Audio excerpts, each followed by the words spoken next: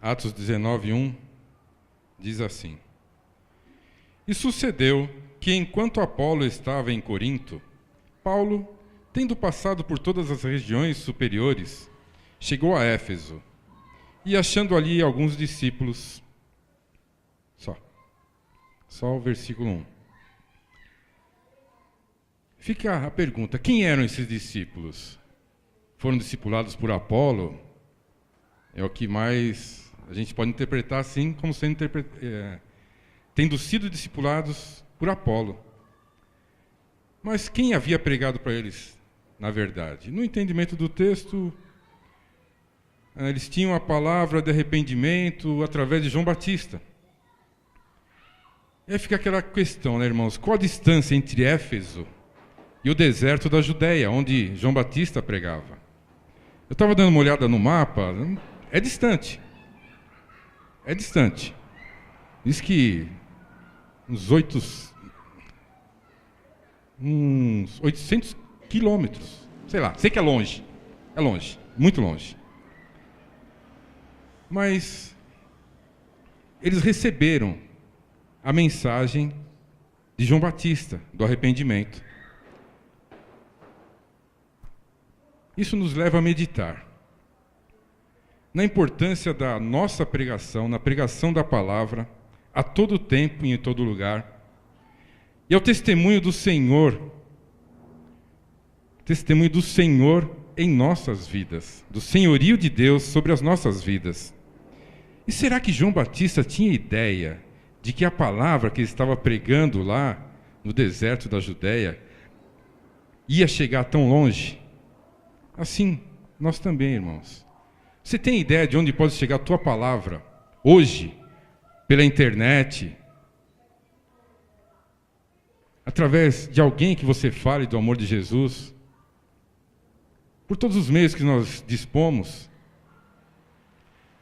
A quantos corações pode chegar a mensagem do Senhor através do nosso site? Que você divulga, que você fala para as pessoas verem. A quantas pessoas podem receber essa mensagem? Alguns dizem, irmãos, que Paulo fez aquela jornada, que foi as viagens de Paulo. Eu fiz uma busca pela internet mesmo. Diz que ele viajou 25 mil quilômetros. 25 mil quilômetros. Eu fiquei meio abestado com isso. 25 mil quilômetros, exageraram um pouco. Mas que ele andou, pregando a palavra, por todo lugar.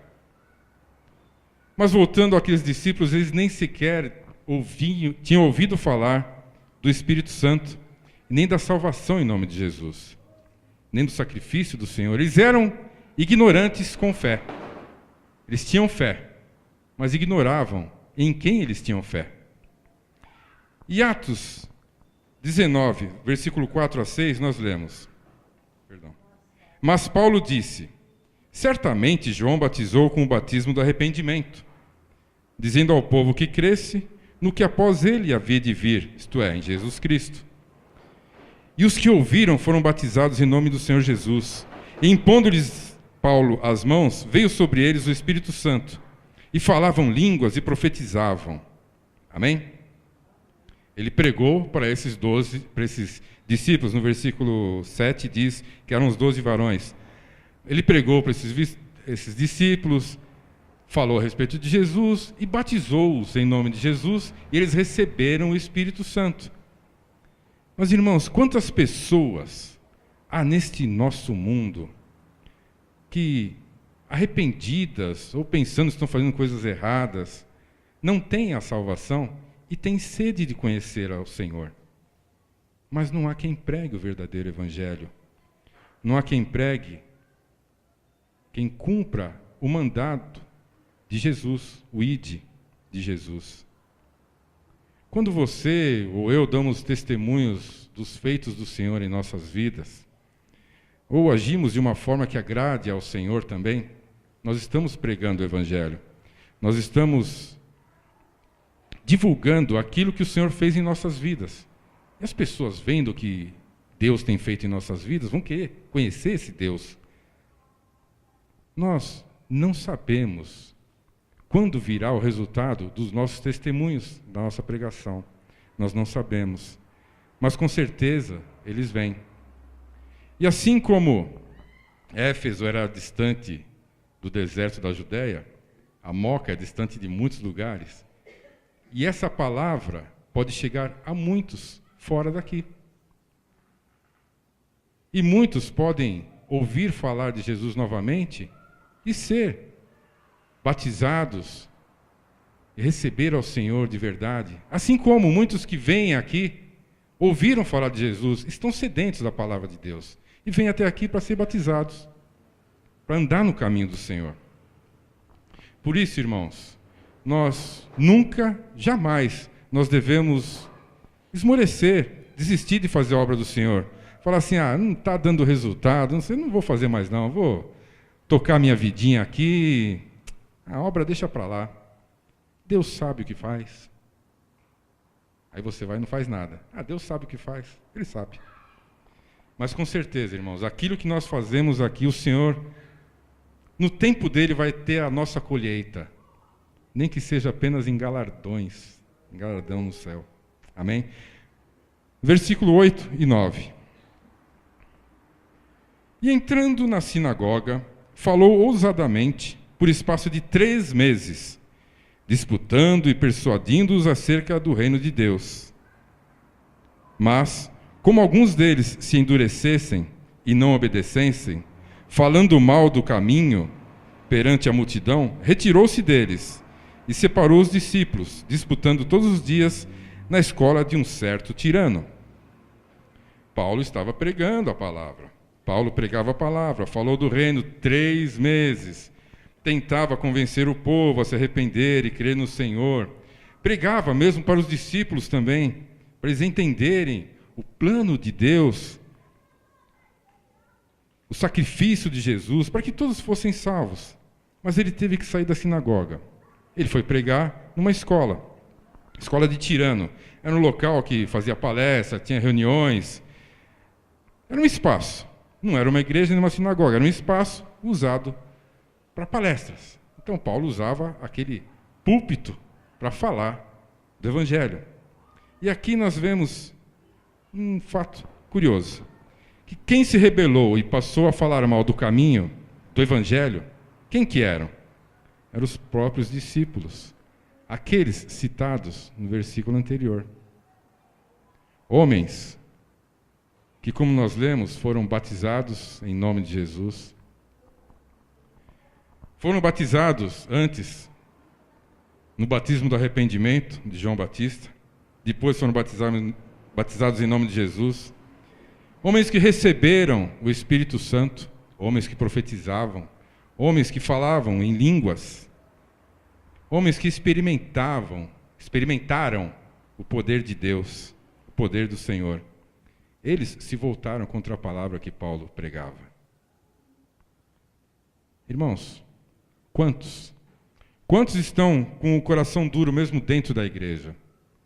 Quantos batizados, ditos convertidos, ditos cristãos, estão com o coração duro e falam mal da própria igreja, falam mal da palavra do Senhor. Quantas vezes, ou melhor, quantas pessoas já tiveram experiências sobrenaturais de curas, libertação, até prosperidade, e mesmo assim ainda falam mal da obra do Senhor e da palavra do Senhor? Quantos foram quebrantados pelo sacrifício de Jesus?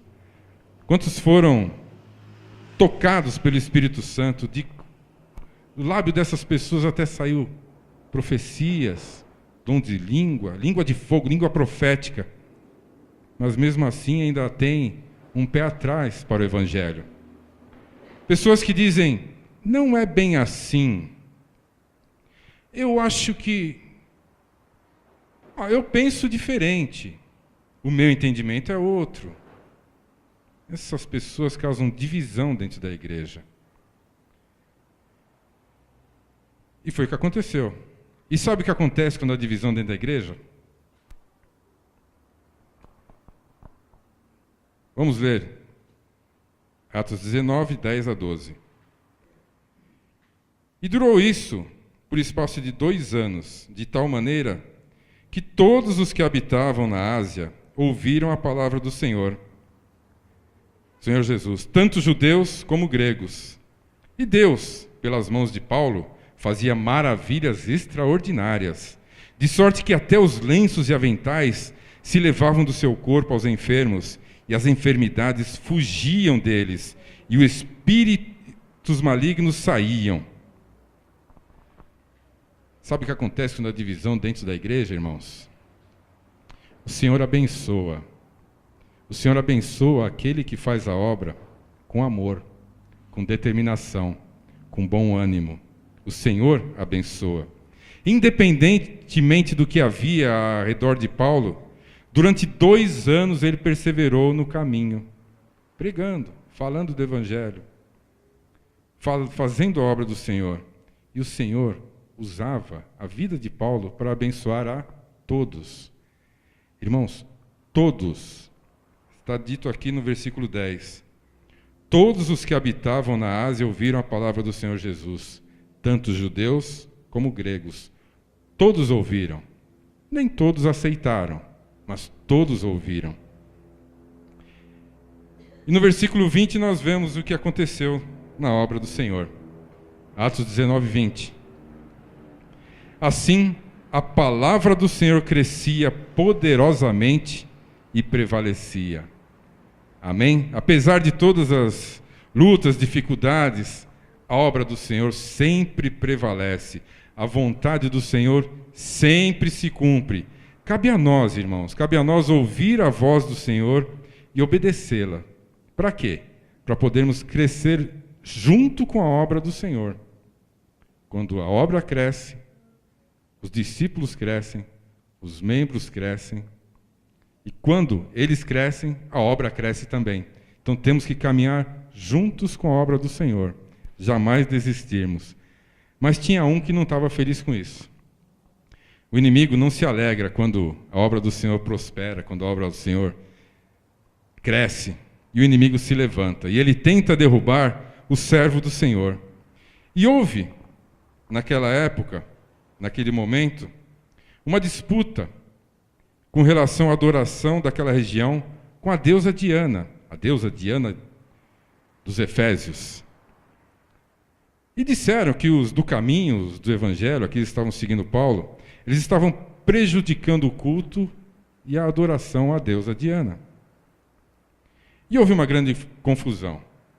Muitos foram até o teatro da cidade para discutir o caso. E Paulo queria até falar, mas os seus discípulos o convenceram para que ele não o fizesse. Vamos ler. Atos 19, 30 a 32.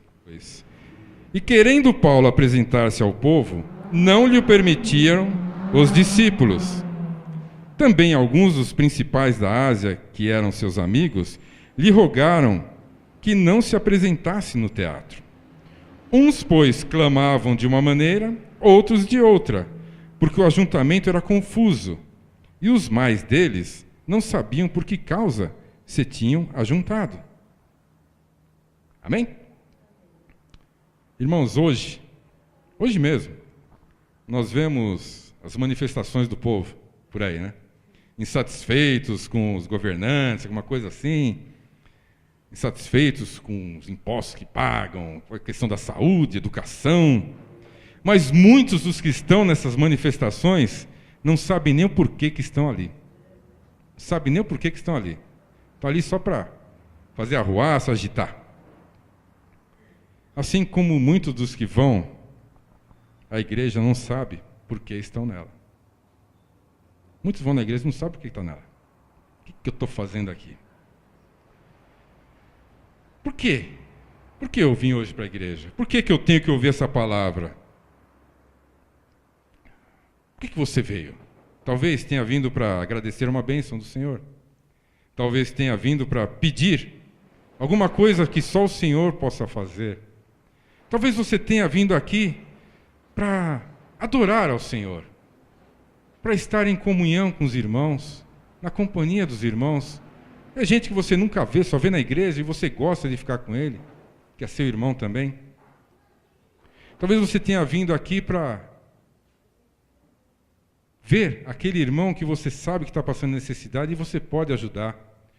Talvez você veio aqui para pedir ajuda para algum irmão. Mas o certo, irmãos, é que o Senhor te trouxe aqui. Quem te quer aqui é o Senhor. Ele que te trouxe aqui. Ele que me trouxe aqui também. E Ele quer que nós estejamos sempre juntos. Irmãos, que nós não sejamos como aquele povo que não sabia por que tinha se ajuntado. Nós conhecemos ao nosso Deus e sabemos o porquê nós viemos aqui, porque é vontade dEle. E Ele tem bênçãos maravilhosas para as nossas vidas. Irmãos, nós não podemos ser também como aqueles discípulos do começo do texto.